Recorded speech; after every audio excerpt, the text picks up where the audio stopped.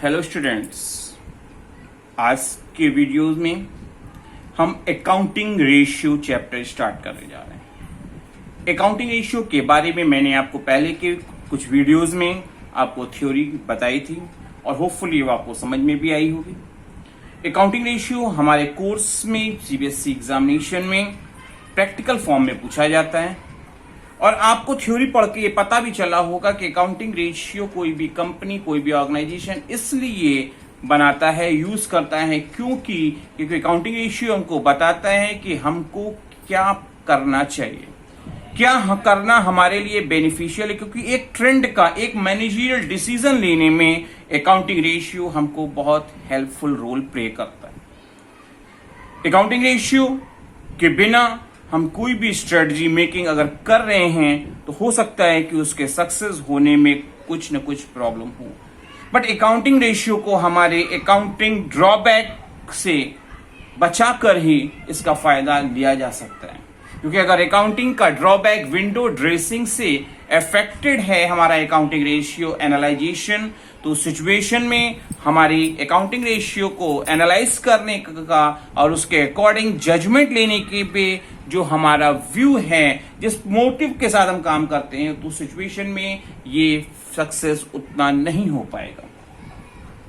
तो इसलिए accounting ratio में अगर प्योर डेटा, सही डेटा और एक्यूरेट डेटा को एनालाइज किया जाए तो बिजनेस के सक्सेस और बिजनेस की फ्यूचर को लेकर फोरकास्टिंग, प्रेडिक्शन, ट्रेंड एनालाइजेशन हमारे लिए बहुत ही हेल्पफुल रोल प्ले कर सकते हैं। आज की वीडियो में मैं क्वेश्चन समझाने से पहले आपको फॉर्मूलाज को समझाने की कोशिश करूंगा इस वीडियो में, क्योंकि आपको अगर वीडियो से, क्वेश्चन से पहले अगर फॉर्मूले, कॉन्सेप्ट की जानकारी होगी तो आपको अपने आप भी क्वेश्चंस करने में आसानी होगी। तो हम सबसे पहले स्टार्ट करने जा रहे हैं अकाउंटिंग रेशियो। अकाउंटिंग रेशियो में जो रेशियो एनालाइजेशन किया जाता है उसको कई कैटेगरी में किया। पहली होती है लिक्विडिटी बेस्ड रेशियो, लिक्विडिंग रेशियो। तो इसमें से हम लोग जो एनालाइज करते हैं वो करते हैं करंट रेशियो को। करंट रेशियो जिसे आप वर्किंग कैपिटल रेशियो भी कह सकते हैं। आपको पता है कि वर्किंग कैपिटल का जो एनालाइजेशन किया जाता है वो होता है current assets minus current liabilities, और करंट रेशियो में हम कंपैरिजन करते हैं करंट एसेट्स और करंट लायबिलिटी। तो फॉर्मूला हमारा होता है current assets upon current liabilities. Current assets वो एसेट्स होती है जिसका time duration less than 1 year का पीरियड होता है। एसेट्स तो सभी जानते हैं कि एसेट्स कौन कौन सी, बट करंट एसेट्स वो एसेट्स है जिसका ड्यूरेशन नॉर्मली 1 ईयर से कम पीरियड ऑफ टाइम का होता है। यहां पे जब हम करंट रेशियो एनालाइज करते हैं तो करंट एसेट्स में loose tools, spare parts, patents, goodwill, trademark, computer software और प्रोविजन फॉर डाउटफुल डेब्ट्स, इन सब चीजों को हम छोड़कर, एक्सक्लूड करके करंट एसेट्स को काउंट करने का काम करते हैं। फिर करंट लायबिलिटीज। करंट लायबिलिटीज में हम bank overdraft, bills payable, creditors, outstanding कोई भी एक्सपेंसेस हो, आपकी अनएक्रूड इनकम हो, अनक्लेम डिविडेंड या प्रोविजन फॉर टैक्सेस अगर आपको क्वेश्चन में दिया है तो हम उसको करंट लायबिलिटीज की कैटेगरी में काउंट करते हैं। और करंट रेशियो की आइडियल स्टेज हमारी जो होती है वो होती है 2:1। किसी भी बिजनेस ऑर्गेनाइजेशन के लिए करंट रेशियो की आइडियल स्टेज अलग अलग हो सकती है, बट जनरली 2:1 आइडियल लेवल माना गया है। क्विक रेशियो, लिक्विडिटी का सेकंड फॉन्ट अगर हम जब बात करते हैं तो होती है क्विक रेशियो, जिसे हम लोग लिक्विड रेशियो या एसिड टेस्ट रेशियो के नाम से भी जानते हैं, जिसका फॉर्मूला है liquid assets upon current liabilities. Current liabilities निकालना तो मैंने अभी थोड़ी देर पहले आपको बताया, बट ये लिक्विड एसेट्स क्या होती है? लिक्विड एसेट्स का मतलब होता है current assets excluding stock, prepaid expenses and advance taxes. अगर ऐसा कुछ है तो इनको चीजों को हटाकर, इनको छोड़कर जो एसेट्स का वैल्यूएशन होगा वो हमारी क्या होगी? लिक्विड एसेट्स होगी। और liquid assets upon current liabilities करके हम लोग लिक्विड रेशियो क्विक रेशियो या ए से टेस्ट रेशियो काउंट करते हैं, जिसकी नॉर्मली आइडियल लेवल 1:1 की मानी गई है। जो अलग अलग ऑर्गेनाइजेशन, क्योंकि हर बिजनेस ऑर्गेनाइजेशन की सिचुएशन अलग अलग होती है। लिक्विड रेशियो के बाद हम बात करते हैं सॉल्वेंसी रेशियो की। सॉल्वेंसी में सबसे पहले हम लोग पढ़ते हैं डेब्ट इक्विटी रेशियो। डेब्ट इक्विटी रेशियो को एनालाइज करने के लिए, काउंट करने के लिए फॉर्मूला होता है लॉन्ग टर्म डेब्ट, या लोग डेब्ट भी लिख सकते हैं, अपॉन शेयर होल्डर फंड, जिसे और भी नाम से इक्विटी या नेट वर्थ के नाम से जाना जाता है।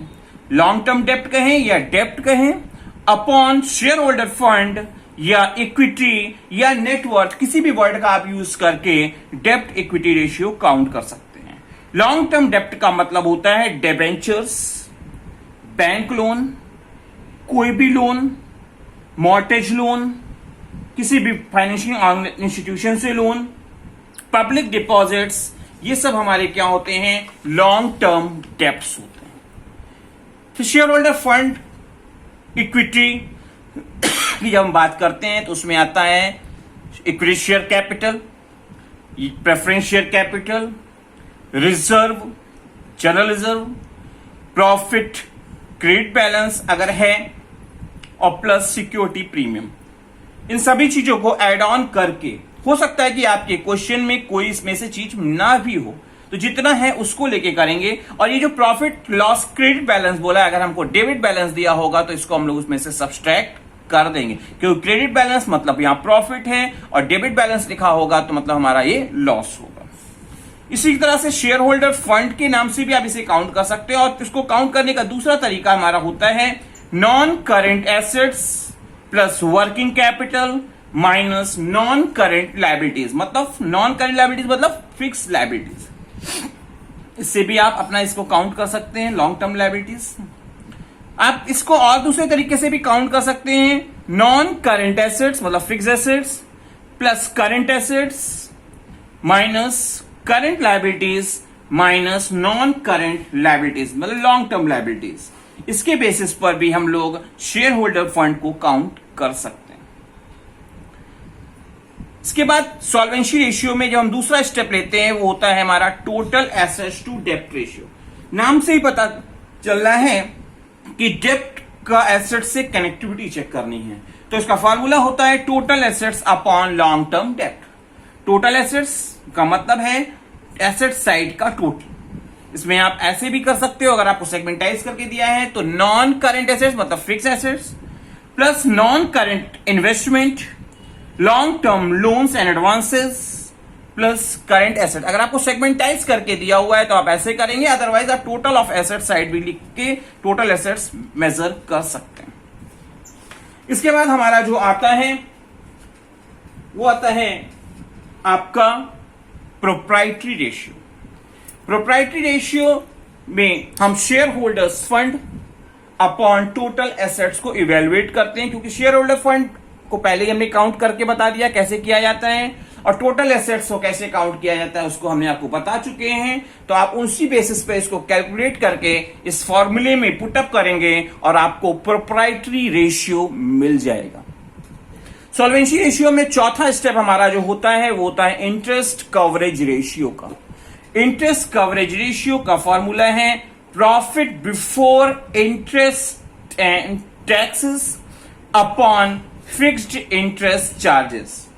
Profit before interest and tax, interest और टैक्स को देने से पहले जो कंपनी को प्रॉफिट होता है, नेट प्रॉफिट होता है, वो आपका क्या होता है, profit before interest and tax है। और अपॉन में हम लोग फिक्स्ड इंटरेस्ट चार्जेस, जो आपके वो इंटरेस्ट चार्जेस हैं जो कंपनी को प्रॉफिट हो ना हो, कम हो ज्यादा हो, मगर हमको उतना देना है, तो ऐसे इंटरेस्ट चार्जेस को हम लोग फिक्स्ड इंटरेस्ट चार्जेस की कैटेगरी में रखते हैं। और इन चीजों को पुटअप करके हम लोग इंटरेस्ट कवरेज रेशियो को काउंट कर सकते हैं। हमने बात की लिक्विडिटी रेशियो की, हमने बात की सॉल्वेंसी रेशियो की। अब हम थर्ड स्टेज पे जो चलेंगे उसमें हम काउंट करेंगे एक्टिविटी रेशियो, या जिसे कह सकते हैं आप टर्नओवर रेशियो। इसमें सबसे पहले हमारे जो काउंट किया जाना है आपको बताने जा रहे हैं वो है इन्वेंट्री टर्नओवर रेशियो, जिसे आप स्टॉक टर्नओवर रेशियो भी कह सकते हैं। स्टॉक टर्नओवर रेशियो का फॉर्मूला होता है cost of goods sold upon average inventory. अभी कॉस्ट ऑफ गुड्स सोल्ड हम कैसे काउंट करते हैं, इसको काउंट करने का तरीका यहां मैंने शॉर्ट में लिखा है, cost of goods sold is equal to net sales. Net sales मतलब total sales minus return, net sales minus gross profit. Net sales कैसे आती है, सेल्स माइनस रिटर्न करेंगे तो नेट सेल्स आ जाएगी, और नेट सेल्स जब आपको मिल जाए उसमें से आप ग्रॉस प्रॉफिट सब्सट्रैक्ट करेंगे तो आपको क्या मिलेगा, कॉस्ट ऑफ गुड्स सोल्ड। अगर आपको लॉस दिया है तो उस सिचुएशन में net sales plus gross loss किया जाएगा, जो आपको क्या देगा, gross cost of goods sold. Cost of goods sold को निकालने के और भी तरीके हैं, जिसमें हम बात कर रहे हैं opening stock plus purchases, opening stock plus purchases plus direct expenses और minus closing stock. Purchase net ली जाएगी, क्लोजिंग स्टॉक सब्सट्रैक्ट होगा, और ये डायरेक्ट एक्सपेंस की जो बात मैं कर रहा हूं, ये डायरेक्ट एक्सपेंसेस वो एक्सपेंसेस जो ट्रेडिंग अकाउंट के डेबिट में रिकॉर्ड किए जाते हैं। वो कोई भी एक्सपेंसेस अगर आपको दिया है तो यहां पे कॉस्ट ऑफ गुड्स सोल्ड में डायरेक्ट एक्सपेंसेस के नाम से उसे हम ऐड कर देंगे। फिर हमारा फॉर्मूला कह रहा है कि एवरेज इन्वेंट्री, तो एवरेज इन्वेंट्री मतलब opening stock plus closing stock divided by 2 अगर हम कर दें तो हमको एवरेज इन्वेंट्री मिल जाएगी, और इन चीजों को पुटअप करके हम लोग stock turnover ratio measure कर सकते हैं। इसके बाद हम बात करते हैं एवरेज एज ऑफ इन्वेंट्री कैसे काउंट किया जाता है। तो एवरेज एज ऑफ इन्वेंट्री आप नंबर ऑफ डेज के बेसिस पे अगर आप काउंट कर रहे हैं तो फार्मूला होगा डेज इन ईयर मतलब 365 divided by inventory turnover ratio, जो आपका पहले से निकला हुआ हो, तो उससे आपका आंसर जो आएगा इन डेज आएगा। और पॉइंट में आंसर नहीं लिखेंगे हम लोग, वो जो भी रहेगा वो पूरी कंफर्म फिगर में उसका आंसर प्रोवाइड करेंगे। फिर इसके बाद हम एवरेज एज ऑफ इन्वेंट्री के बाद हम लोग काउंट करते हैं ट्रेड रिसीवेबल टर्नओवर रेशियो, जिसका फॉर्मूला है net credit sales. Net credit sales मतलब credit sales minus sales return upon आपका एवरेज ट्रेड रिसीवेबल। और ये जो भी टर्नओवर रेशियो के जो भी आंसर्स आते हैं वो आपके टाइम्स में बताए जाते हैं, 4 टाइम्स, 5 टाइम्स, 6 टाइम, 8 टाइम, जो भी आपका आंसर आएगा। नेट क्रेडिट सेल्स का इवेल्युएशन तो आपको पता है कि net credit sales minus return करके करेंगे, जबकि एवरेज ट्रेड रिसीवेबल का मतलब होता है opening debtors plus opening bills receivable plus closing debtors plus closing bills receivable, और इन सभी चीजों को एड ऑन करके डिवाइडेड बाय 2 जब किया जाएगा तो आपको एवरेज ट्रेड रिसीवेबल आएगा, क्योंकि ट्रेड रिसीवेबल का मतलब होता है डेटर्स प्लस BR मतलब बिल्स रिसीवेबल।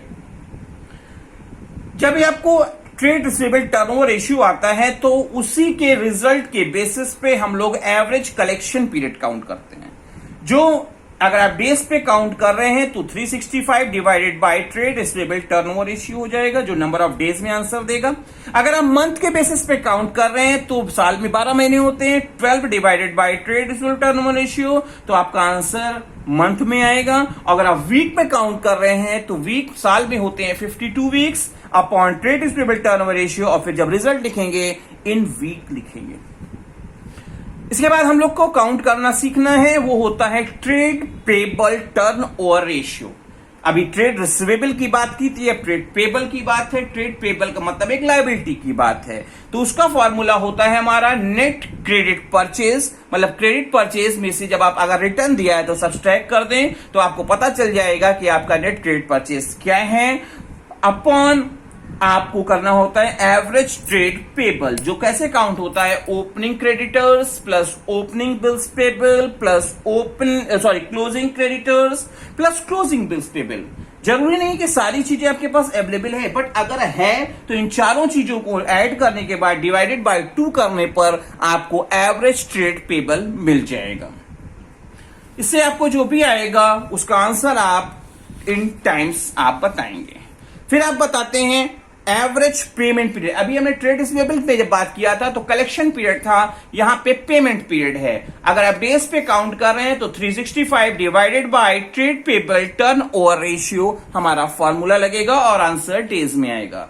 मंथ में है तो 12 divided by trade payable turn over ratio, और वीक में है तो 52 divided by trade payable turn over ratio.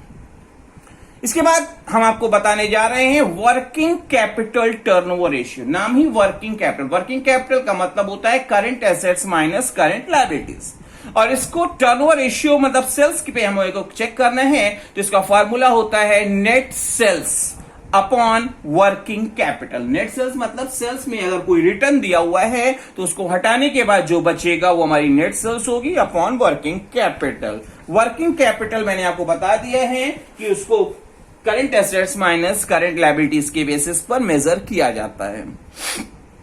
अगले स्टेप पे हम चलने जा रहे हैं और हम आपको बताते हैं कि आपका जो अभी हमने लिक्विडिटी पे बात कर लिया, हमने यहाँ पे सॉल्वेंसी पे बात कर लिया, हमने आपसे टर्नओवर रेशियो की बात कर ली। अब हमारा जो चौथा कॉन्सेप्ट हमको पढ़ना होगा, क्योंकि ये आज का इस वीडियो को हमने बनाने का मोटिव ही यही है कि आप सारे डेटास को समझ लें और इन चीजों को कॉपी पर नोट कर लें, क्योंकि फॉर्मूले का लर्न होना और किस चीजों को कैसे इवेलुएट करना है उसके लिए इस चीज को ध्यान में रखना जरूरी है। तो हम प्रॉफिटेबिलिटी रेशियो, जिसे आप इनकम रेशियो भी कहते हैं, इसमें सबसे पहले हम काउंट करते हैं ग्रॉस प्रॉफिट रेशियो। इसका फॉर्मूला है gross profit upon net sales into 100। Net sales minus return करके आ जाएगा। ग्रॉस प्रॉफिट आप कैसे काउंट करते हैं? Revenue from operation, net revenue from operation minus cost of revenue from operation, मतलब कॉस्ट ऑफ गुड्स सोल्ड। इसको आप दूसरे तरीके ऐसे भी काउंट कर सकते हैं, opening stock net purchase plus करेंगे प्लस डायरेक्ट एक्सपेंसेस और माइनस क्लोजिंग स्टॉक, जिससे आपको कॉस्ट ऑफ गुड्स सोल्ड आ जाएगा। और एक चीज ध्यान रखना होगा, स्टॉक की सिचुएशन में आप नॉर्मली जब भी आप स्टॉक की वैल्यूएशन करते हैं वहां पे लूज टूल्स को स्पार्ट आउट नहीं करते। हम आपसे इससे बात बताने जा रहे हैं ऑपरेटिंग रेशियो। ऑपरेटिंग रेशियो का फॉर्मूला क्या होता है? ऑपरेटिंग रेशियो का मतलब होता है cost of goods sold plus operating expenses. जो बिजनेस ऑपरेटिंग एक्सपेंसेस का मतलब होता है जो बिजनेस की ऑपरेटिंग एक्टिविटी में किए जाते हैं खर्चे, वो ऑपरेटिंग एक्सपेंसेस। जैसे क्या है? सैलरी, रेंट, कमीशन, ये सब ऑपरेटिंग एक्सपेंसेस, क्योंकि इसके बिना बिजनेस रन नहीं कर सकता। इसी तरह ऑपरेटिंग इनकम की बात की जाती है, जो बिजनेस की ऑपरेटिंग वर्क एक्टिविटी से रन होता है, उन चीजों को लेकर हम अपनी क्या करते हैं? मेजर करेंगे into 100 divided by revenue from operation, और इन सब चीजों को पुटअप करके हम क्या काम करते हैं? Operating ratio. इसके बाद हम बात आपको बताने जा रहे हैं वो है आपका ऑपरेटिंग प्रॉफिट रेशियो। इसका फॉर्मूला है operating profit upon revenue from operation into 100। Operating profit हम काउंट करते हैं आपका gross profit minus operating expenses और प्लस ऑपरेटिंग इनकम, अगर आपके पास अवेलेबल है तो। अगर नहीं अवेलेबल है तो दूसरा तरीका आपके पास ऐसे हो सकता है, net profit before tax plus non operating expenses and losses और माइनस नॉन ऑपरेटिंग इनकम। इसके बेसिस पर भी हम लोग ऑपरेटिंग प्रॉफिट काउंट आउट कर सकते हैं। इसके बाद हम आपको बताने जा रहे हैं फॉर्मूला जो है वो है नेट प्रॉफिट रेशियो का, जिसका फॉर्मूला है net profit upon revenue from operation, मतलब सेल्स की बात, नेट सेल्स इनटू 100। और जितने भी प्रॉफिटेबिलिटी रेशियो के आपको आंसर बताए जा रहे हैं उसमें हर जगह पे आंसर परसेंटेज में आएगा। इनटू 100 लिखने का मतलब है आंसर परसेंटेज में आएगा। अब हम आपको बता रहे हैं रिटर्न ऑन इन्वेस्टमेंट। इसे आप रेट ऑफ रिटर्न या रिटर्न ऑफ कैपिटल एम्प्लॉयड या एड ऑन कैपिटल के नाम से जानते हैं। इसका फॉर्मूला होता है net profit before interest tax and dividend upon capital employed into 100। Capital employed निकालना हमने आपको पहले भी बता चुके हैं, जो आपको पता है। इसके बाद आपको इन सब चीजों को पुटअप करके, ये सारी चीजें आपके यहां मेंशन भी हालांकि मैंने की हुई है, इस चीजों का यूटिलाइज करके आप इस रेशियो को मेजर कर सकते हैं।